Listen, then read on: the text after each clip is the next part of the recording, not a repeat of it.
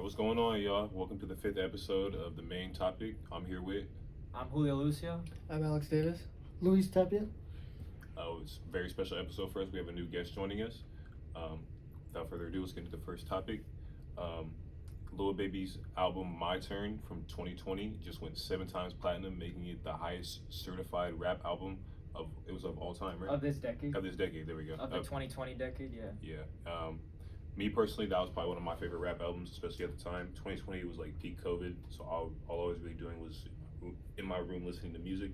I think this like really cements Lil Baby as one of the best rappers of our generation, even if he hasn't been producing at the same rate as he was before.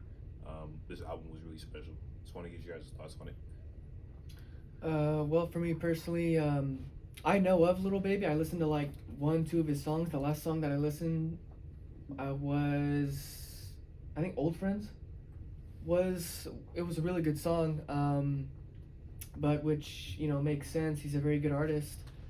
I see when I go on YouTube and when I like search, his videos are trending at 2 or number 1 trending for the music videos.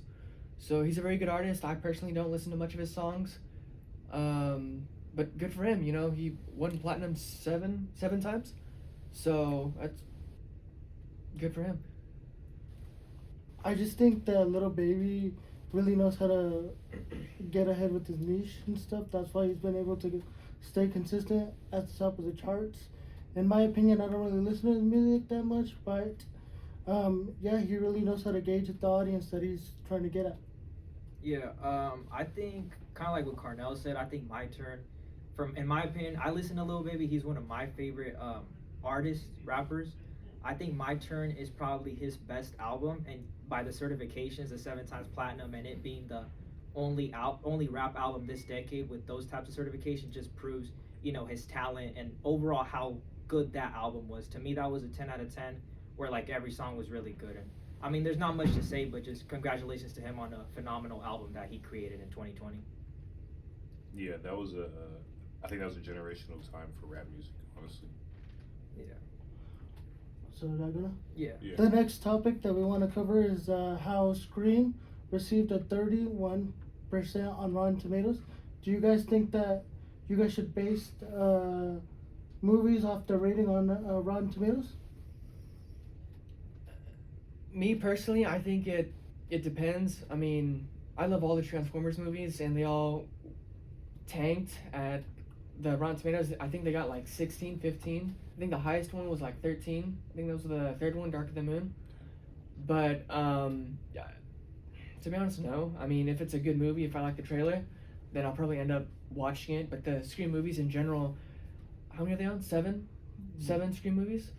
To be honest, I think they're just gonna milk it until like a cash cow. To like Yeah, for sure. milk it. I think that's what they're going to do. I haven't seen any of them, so yeah, it's just my thoughts on it. So.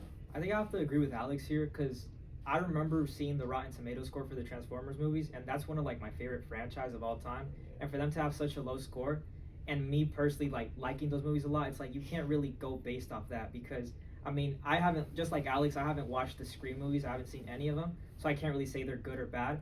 But I've seen movies where the Rotten Tomatoes score is like really high, like in the 80s, maybe even the 90s, and I didn't really enjoy the movie. So I feel like you can't really judge a movie based off a Rotten Tomato score, like a credibility score off that, because it really just depends on your own personal opinion and perspective. Yeah, I kind of agree with what Julio said. I've never been the type to really look at Rotten Tomatoes. More than anything, I feel like it's used as like a BuzzFeed thing to like push narratives about certain movies and things like that. Usually, I'm not really a big movie person, so I really go based off what people around me say about the movies and things like that.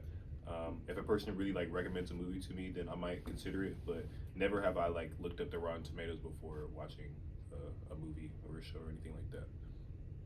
I just feel like nowadays everyone's looking at a new movie and they're like trying to find something negative to say about the movie. Oh, yeah. And I feel like that's what hurts most movies in general now, that everyone's always looking for a negative. They never look for a positive. Right. Yeah, I really agree with that. I feel like any movie that's put out now, it's really focused on the negatives of the movie and not really the positives. But yeah, I feel like you can say that about a lot of things in today's day and age. Yeah. I think we're good. All right. Thank you guys for joining us today for the 5th episode of The Main Topic, and we'll see you guys next week.